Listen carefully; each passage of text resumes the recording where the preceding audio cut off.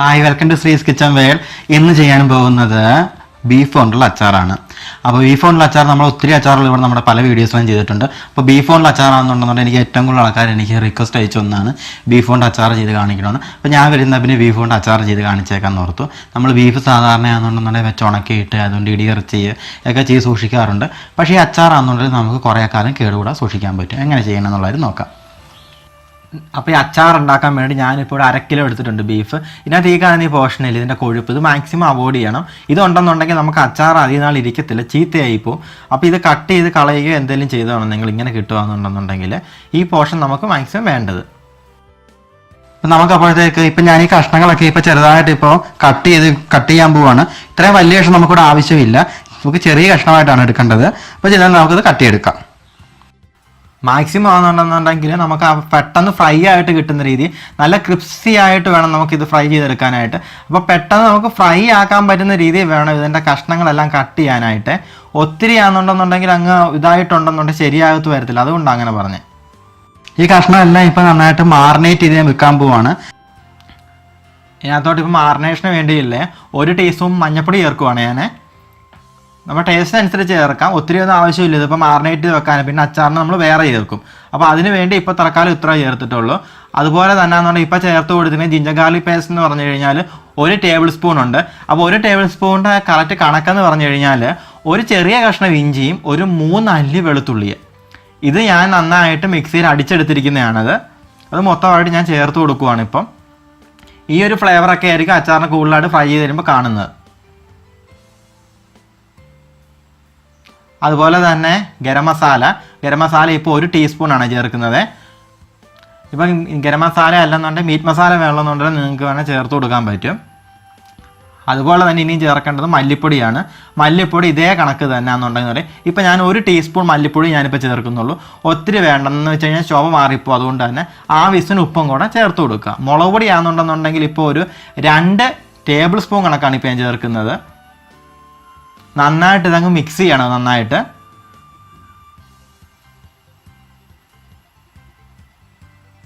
എല്ലായിടത്തോട്ടും ആകുന്ന രീതിയിൽ വേണം. ഞാൻ മാക്സിമം അതിനകത്ത് ഫാറ്റൊക്കെ കളഞ്ഞിട്ടുണ്ടായിരുന്നു കേട്ടോ ഇതിൽ. അപ്പോൾ നിങ്ങളും അങ്ങനെ തന്നെ വേണം ചെയ്യാനായിട്ട്. അച്ചാറിനൊക്കെ ബീഫ് വാങ്ങിക്കുമ്പോൾ അവരോട് പ്രത്യേകം പറയണം നമുക്കാണെന്നുണ്ടെങ്കിൽ ബോൺലെസ് പീസും മതി, ബോൺ പീസൊക്കെ വേണം ചേർത്ത് ഇട്ട് വരും.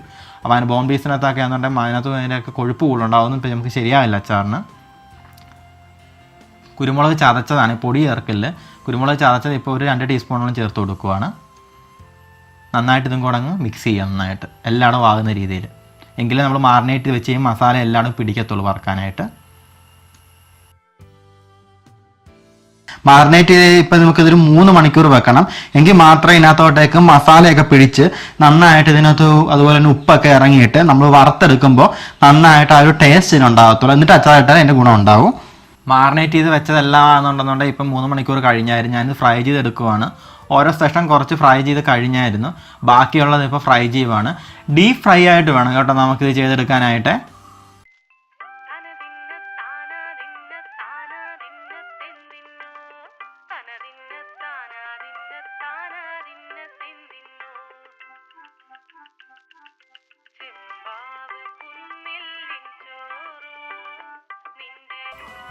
ഈ കഷ്ണങ്ങളൊക്കെ ഫ്രൈ ആയതൊക്കെ ഞാൻ മാറ്റും. ഇപ്പോൾ കണ്ടില്ലേ നല്ല ക്രിപ്സിയാണ് നമ്മുടെ അച്ചാറിനകത്ത്.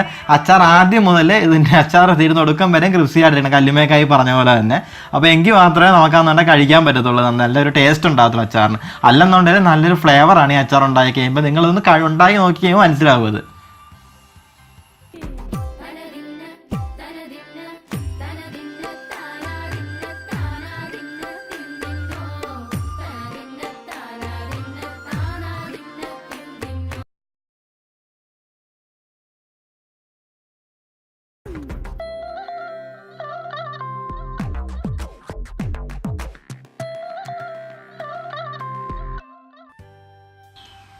ബീഫിൻ്റെ നമ്മളിപ്പോൾ ഫ്രൈ ചെയ്തിട്ടുണ്ട്, നല്ല മണം വരുന്നുണ്ട്.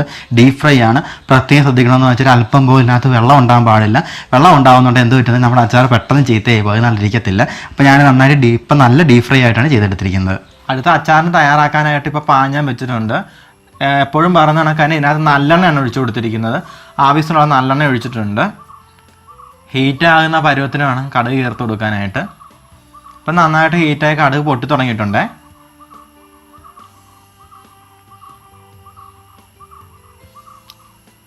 ഉലുവ 1 ടീസ്പൂണൊക്കെ ചേർത്താൽ മതി. ഉലുവ ഒത്തിരി നമുക്ക് ആവശ്യമില്ല ഉലുവ എന്നുണ്ടെന്നുണ്ടെങ്കിൽ. ഇങ്ങനെ അച്ചാറൊക്കെ ഉണ്ടാക്കി കൊടുത്തിട്ടുണ്ടല്ലോ, ബീഫ് കഴിക്കാത്തവർ പോലും കഴിച്ചു പോകുന്നത്. എനിക്ക് ഏറ്റവും കൂടുതൽ ആൾക്കാരാണെന്നുണ്ടെങ്കിൽ റിക്വസ്റ്റ് ചെയ്ത ഐറ്റമാണ് ബീഫ് അച്ചാർ. ഉണ്ടാക്കി കൊടുത്തപ്പോൾ എല്ലാവർക്കും ഭയങ്കര ഇഷ്ടപ്പെട്ടു. അപ്പോൾ വീഡിയോയ്ക്കകത്തും അങ്ങനെ തന്നെ കാണിച്ചേക്കാന്ന് ഓർത്താണ് ചെയ്യുന്നത്. വറ്റൽമുളക് ആണെന്നുണ്ടെന്നുണ്ടെങ്കിൽ 4 മുതൽ 5 വറ്റൽമുളക് വരെ ടേസ്റ്റിന് ആഡ് ചെയ്യാം. അന്ന് പറഞ്ഞ പോലെ തന്നെ പിന്നെയും പറയുവാണ്, പൂത്ത വറ്റൽമുളകൊന്നും ആയിരിക്കരുത് ദൈവത്തീർത്താരും ഇടുന്നത്.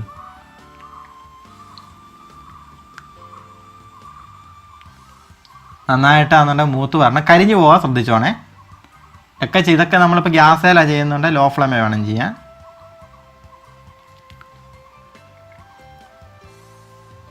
ഇതൊക്കെ മൂത്ത് വന്നതിനകത്തോട്ടേക്കാണെന്നുണ്ടെന്നുണ്ടെങ്കിൽ ഞാനാണെന്നുണ്ടെങ്കിൽ പീസ് ചെയ്ത് വെച്ചിരിക്കുന്ന ഇഞ്ചി ചേർത്ത് കൊടുക്കുവാണ്.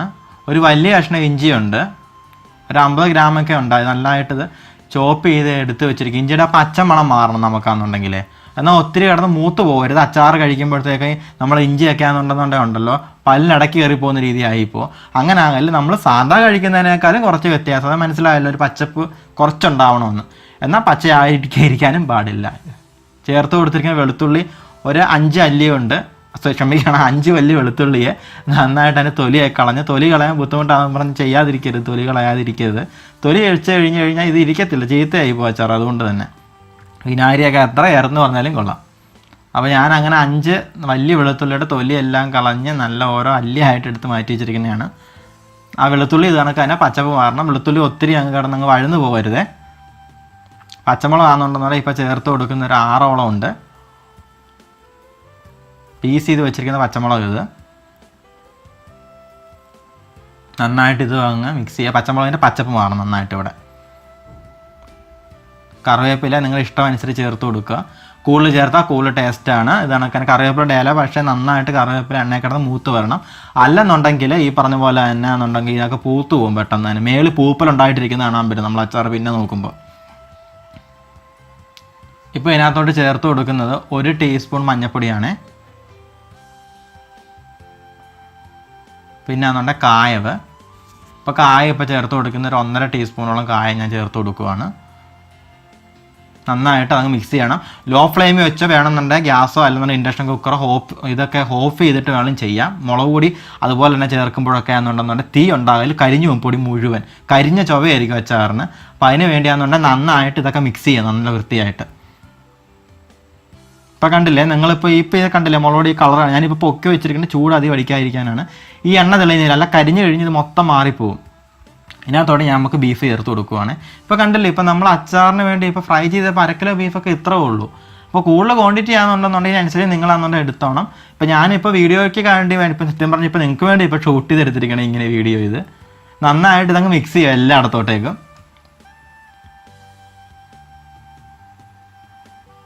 ഇപ്പം തന്നെ നല്ല സ്മെല്ല് വരുന്നുണ്ട് നമുക്കിപ്പോൾ തന്നെ ആണെന്നുണ്ടല്ലേ. കാരണം ഇപ്പം എന്ന് വെച്ച് കഴിഞ്ഞാൽ ഇത് മാത്രമല്ലേ വരത്തുള്ളൂ, നമ്മൾ ബീഫ് ഫ്രൈ ഒക്കെ ചെയ്യത്തില്ലേ, ബീഫ് ഉലർത്തിയത്, ആ ഒരു സ്മെല്ലാണ് വരുന്നത്. ഇപ്പം ഞാനിപ്പോൾ ചേർത്ത് കൊടുക്കുന്നതാണെന്നുണ്ടെങ്കിൽ ഉപ്പ് അച്ചാറിൻ്റെ പരുവത്തിന് ചേർത്ത് കൊടുക്കുക. കൂടുതൽ വേണമെന്നുണ്ടെന്നുണ്ടെങ്കിൽ നിങ്ങൾ ഇടയ്ക്ക് വേണേൽ ചേർത്തോണം. ടേസ്റ്റ് നോക്കിയിട്ട് ഉപ്പിൻ്റെ അളവ് നമുക്ക് പറയാൻ പറ്റില്ല, ഓരോരുത്തർക്കും ഓരോ രീതിയിലാണ് ഉപ്പ്. നന്നായിട്ട് ഇപ്പോഴത്തേക്ക് എല്ലാം വഴന്ന് അല്ലെന്നുണ്ടെങ്കിൽ എല്ലാം നന്നായിട്ട് ചേരുവയൊക്കെ ചേർന്നിരിക്കുവാണ്. ഫൈനലായിട്ട് വിനാഗിരി ചേർക്കുവാണ്. 1 കപ്പ് വിനാഗിരി ആദ്യം ചേർത്ത് കൊടുക്കുക.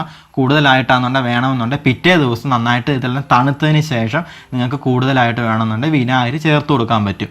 എങ്കിൽ മാത്രം ഇത് ഈ പറഞ്ഞ കണക്ക് തന്നെ 5-6 മാസക്കാലത്തോളം ഒന്നും ഫ്രിഡ്ജിൽ പോലും വെക്കണ്ട, ഗ്യാരണ്ടി. ഇതേ കണക്ക് ചേരുവ ചേർത്ത് കഴിഞ്ഞ് ഇരുന്നോളൂ, ഒരു പ്രശ്നവും.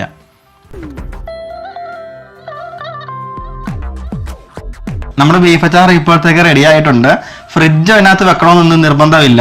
ഇതിപ്പോൾ പുറത്തൊരു 5 മാസം വരെ നല്ല വൃത്തിയായിട്ട് നമുക്ക് സൂക്ഷിച്ചു വെക്കാൻ പറ്റും വിനാഗിരിയൊക്കെ ഒഴിച്ച്. ഞാൻ നേരത്തെ പറഞ്ഞ കണക്ക് തന്നെ അതിനകത്ത് ആ പരുവം കറക്റ്റ്, വെള്ളം അല്പം പോലും ഇല്ലാതെ വേണം നമ്മൾ അച്ചാർ ശരിയാക്കാനായിട്ട്. എല്ലാവരും ഉണ്ടാക്കി നോക്കുക, നിങ്ങൾക്ക് എല്ലാവർക്കും ഇത് ഇഷ്ടപ്പെടും. അതുപോലെ തന്നെ ഇഷ്ടപ്പെടുമെന്നുണ്ടെന്നുണ്ടെങ്കിൽ വീഡിയോ എല്ലാവരും സബ്സ്ക്രൈബ് ചെയ്യണം ചാനൽ. അതുപോലെ തന്നെ വീഡിയോസ് എല്ലാവരും ഷെയർ ചെയ്യുകയും വേണം.